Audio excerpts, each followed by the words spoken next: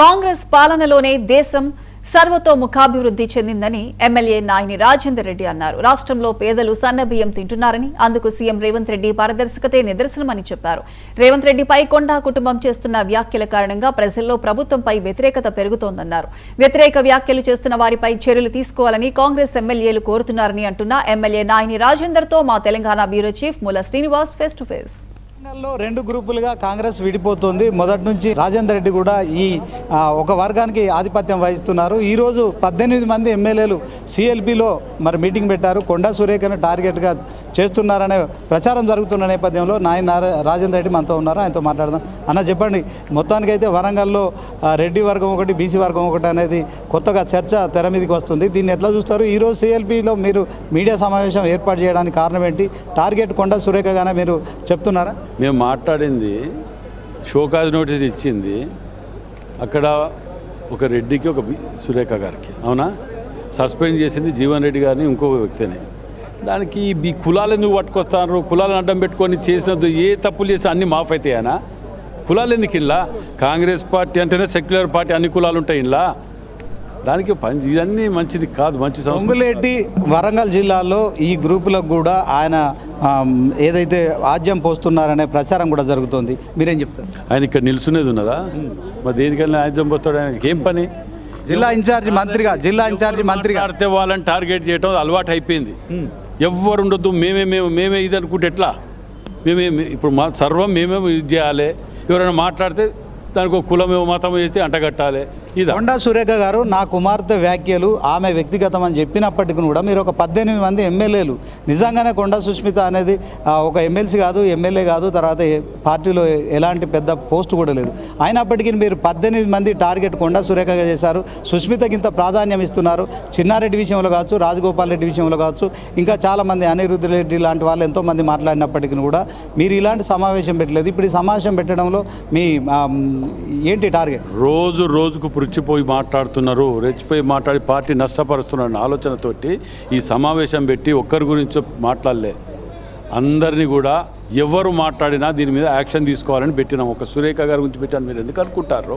పార్టీకి ఒక క్రమశిక్షణ కమిటీ ఉంది. దానికి సంబంధించి మల్లురావు గారి నేతృత్వంలో ప్రతి అంశంలో మరి దానికి నోటీసులు ఇస్తున్నారు, సమాధానాలు తీసుకుంటున్నారు.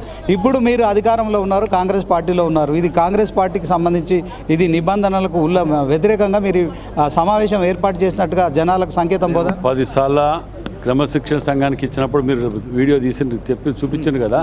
10 సార్లు కూడా ఇచ్చినాం కదా. ఉపేక్షించి వాటన్నిటి కూడా వాళ్ళంతా కొండా మురళి అటెండ్ అయ్యారు, కొండా సురేఖ అటెండ్ అయ్యారు. సో దానికి సంబంధించిన ప్రక్రియ ముగిసిపోయింది. క్షమాపణ ఇచ్చిండ్రు, వదిలిపెట్టిండ్రు. ఎన్నిసార్లు వదిలిపెట్టాలి? ఎన్ని తప్పులు చేస్తావు? ఇది అడ్డం పెట్టుకొని 100 తప్పులు చేస్తే భరించాలనా? అదే ఎక్కడ చూస్తే ఇది. కొండా సురేఖ నాకు నోటీసులు ఇవ్వడం రాజ్యాంగ విరుద్ధము. నేను ఏదైనా కామెంట్ చేస్తుంటే నన్ను మంత్రిగా అడిగితే నేను సమాధానం చెప్తాము. సో ఈ నోటీసులకు నాకు ఇవ్వడం కరెక్ట్ కాదనే అభిప్రాయాన్ని కూడా వ్యక్తం చేస్తున్నారు. మిమ్మల్ని తిడితే ఇక్కడ ఉన్న వాళ్ళు ఎవరు రారా? నాకు ఒక్కటే జవాబు, నేను స్ట్రైట్గా అడుగుతా. నాకు సంబంధం లేదు అని అంటే సరిపోతుందా? ఇది గత్తే ఉన్నది. కోమటిరెడ్డి రాజగోపాల్ రెడ్డి 2 ఏళ్లుగా కూడా తెలంగాణ సీఎంపై కావచ్చు, ప్రభుత్వంపై కావచ్చు, తర్వాత పార్టీ ముఖ్య నేతలపై, టీపీసీసీతో సహా అందరిపైన కూడా విమర్శలు చేస్తున్నారు. అతనిపై ఇంతవరకు ఎలాంటి చర్యలు తీసుకోలేదు. ఆయన బాటలోనే చిన్నారెడ్డి కూడా తయారయ్యారు. ఏకంగా తెలంగాణ సీఎం రేవంత్ రెడ్డి మరి టికెట్లు అమ్ముకున్నారనే ఆరోపణ చేసిన నేపథ్యంలో ఏం చెప్తారు? వారి మీద షోకాజ్ నోటీస్ వారికి కూడా ఇచ్చిండ్రు కదా.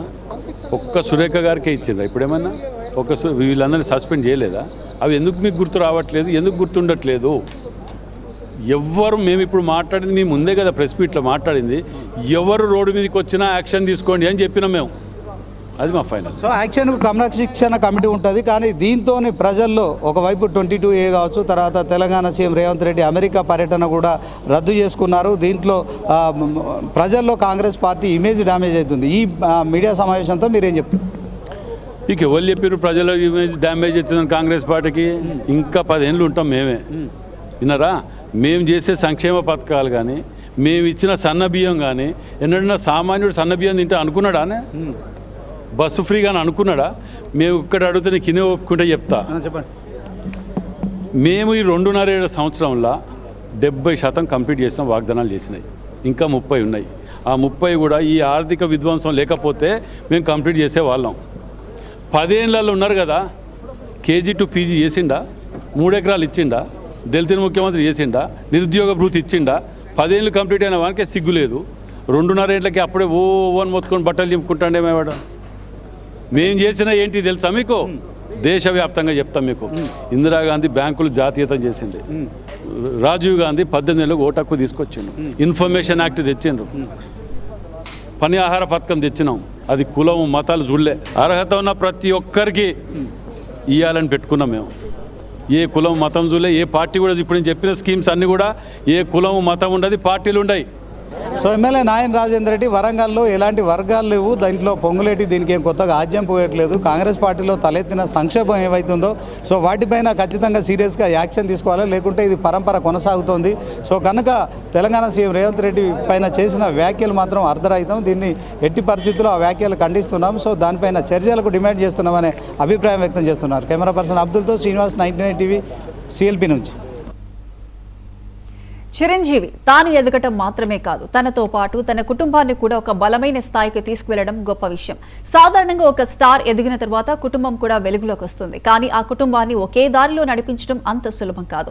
ముఖ్యంగా ఒక కుటుంబంలోని హీరోలు, రాజకీయ నాయకులు, నిర్మాతలు, నటీమణులు, వ్యాపార రంగంలో ఉన్నవాళ్లు ఉంటే వారి మధ్య అభిప్రాయ భేదాలు, పోటీలు, వివాదాలు రావడం సహజం.